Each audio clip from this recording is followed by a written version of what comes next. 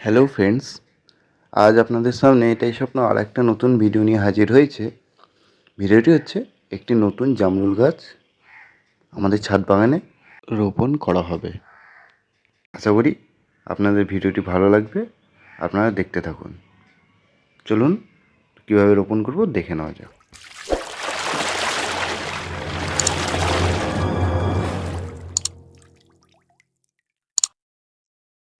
আমরা যে নতুন যে গাছটি রোপণ করতে চলেছি সেই গাছটি হচ্ছে একটি জামরুল গাছ। আপনার এই গাছটির ভ্যারাইটি হচ্ছে ডালহরি চম্পা। প্রচণ্ড নাম শুনেছি, এর ফল নাকি খুবই সুস্বাদু অন্যান্য জামরুলের থেকে, আর এর কালারটাও বেশ সুন্দর, আপনার লাল টকটকে কালার হয়। জানি না কতটা তার সত্যতা। গাছটি আমি কালেকশন করেছি একটি দূরবর্তী নার্সারি থেকে। গাছটিকে দেখেই বোঝা যাচ্ছে প্রচণ্ড হেলদি একটি গাছ। গাছটির হাইট নাই করে আপনার 2 থেকে 2.5 ফিটের ওপরে। আপনার গাছটা যথেষ্ট সুন্দর দেখতে এবং হেলদি গাছ। আশা করি আপনারা ভিডিওর মাধ্যমে দেখতে পাচ্ছেন। দেখুন কত সুন্দর একটি গাছ, অত্যাধিক ব্রাঞ্চ যুক্ত একটি গাছ এবং দেখতেও খুব সুন্দর। এই গাছটি বহুদিন আগেই সংগ্রহ করা হয়েছে, কিন্তু আমার সময় না হয়ে ওঠার কারণে গাছটি প্রতিস্থাপন করা হয়নি। আপনারা আশা করি দেখতেই পাচ্ছেন। চলুন এবার আমরা প্রতিস্থাপন করে ফেলি গাছটি।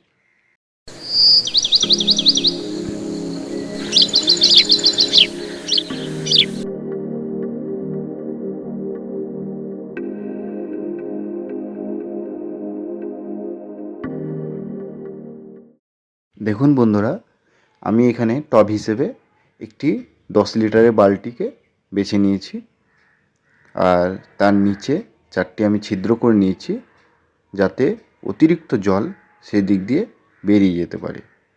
এই যে ছিদ্রগুলো যাতে বন্ধ না হয়ে যায় তার জন্য আমি তার উপরে কিছু মোটা মোটা পাথর বা কিছু সাবস্টেন্স দিয়ে দিচ্ছি যাতে ছিদ্রগুলো বন্ধ না হয়ে যায়, এবং তার উপরে কিছু চূর্ণ স্টোন দিয়ে দিয়েছি যাতে ওগুলো মাটিটা প্রবেশ করতে বাধা দেয় আর কি।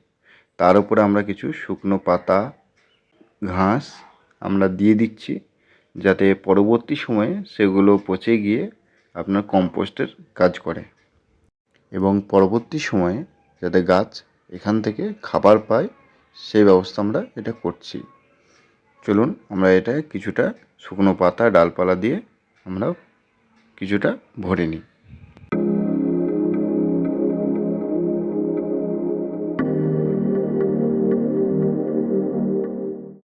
আমাদের বালতির বেশ কিছু অংশ আমরা পাতা নিয়ে ভরে নিয়েছি।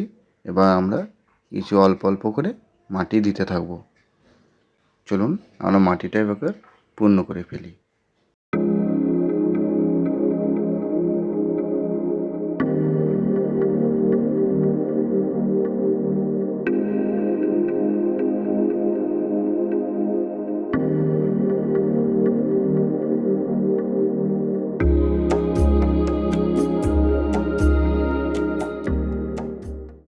মাটি পূরণের কাজ শেষ।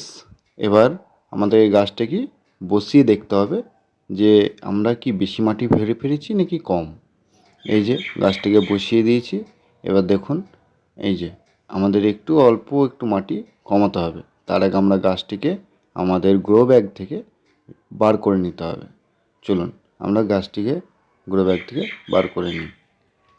আমরা গাছটিকে বার করে নিয়েছি এবং সেটাকে বালতিতে বসিয়ে দেখছি। এবং দেখুন এই যে নিচের ডালগুলো আছে এগুলো যেহেতু অবাঞ্ছিত ডাল, আপনার এগুলো কেটে দেওয়াই উচিত। অত নিচে আপনার ডাল না রাখাই উচিত। তাই জন্য আমরা নিচের যে 2টি ডাল ছিল সেই 2টি ডালকে আমরা কেটে দেবো এবং সেটা গাছটিকে বসিয়ে দেখব যে গাছটি মাঝ বরাবর আপনার বসেছে কি না। এবং এটাও খেয়াল রাখবো যে মাটি যে গাছের যে মাটিটি আছে সেইটি কি বেশি ওপরে উঠে আছে কি না। দেখুন এই যে গাছটিকে আপনারা দেখলে এবার বুঝতে পারবেন।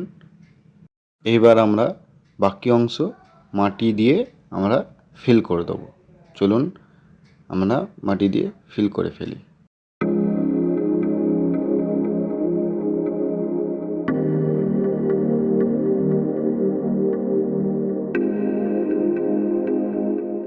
আমরা বাকি অংশ মাটি দিয়ে পূর্ণ করে ফেলেছি এবং এই মাটিটা আমরা আলতো করে চারিদিকে সরিয়ে ঠিকভাবে বসিয়ে দেবো, যাতে নিচে কোনো অংশ ফাঁকা না থেকে যায়।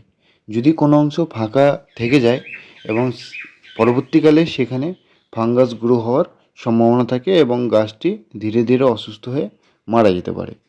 তো আপনারা এটা অবশ্যই খেয়াল রাখবেন যে যেন কোনো অংশ ফাঁকা না থাকে, এবং মাটি পূর্ণ হয়ে গেলে তারপর আপনি যথাযথভাবে যথেষ্ট পরিমাণে জল দেবেন। ততক্ষণ অবধি জল দেবেন যতক্ষণ না দেখছেন আপনার তৈরি করা ড্রেনেজ হোল দিয়ে জল বেরিয়ে আসছে, এবং জল দেওয়া শেষ হলে আপনি গাছটিকে একটি ছায়াযুক্ত স্থানে রেখে দেবেন কিছুদিনের জন্য, যাতে গাছটি লেগে যায়। গাছটিকে যেহেতু নতুন মাটিতে বসিয়েছি তাই তার খাপ খাওয়াতে যায় যাতে কোনো অসুবিধা না হয়। আশা করছি আপনাদের ভিডিওটি ভালো লেগেছে এবং পরবর্তীতে আরও এরকম ভিডিও দেখতে সাথে থাকুন এবং আমার চ্যানেলের সাথে যুক্ত থাকুন। আপনারাও এরকম ছোটো গাছ আপনারা টবে লাগিয়ে ছাদে সাজাতে পারেন, আপনাদেরও খুব ভালো লাগবে। এবং আপনার যদি এই ভিডিওটি দেখে ভালো লাগে তাহলে একটি লাইক কমেন্ট করে দেবেন। আর চলুন আজকে এই পর্যন্তই। ভালো থাকবেন, সুস্থ থাকবেন। আবার দেখা হচ্ছে পরবর্তী ভিডিওতে।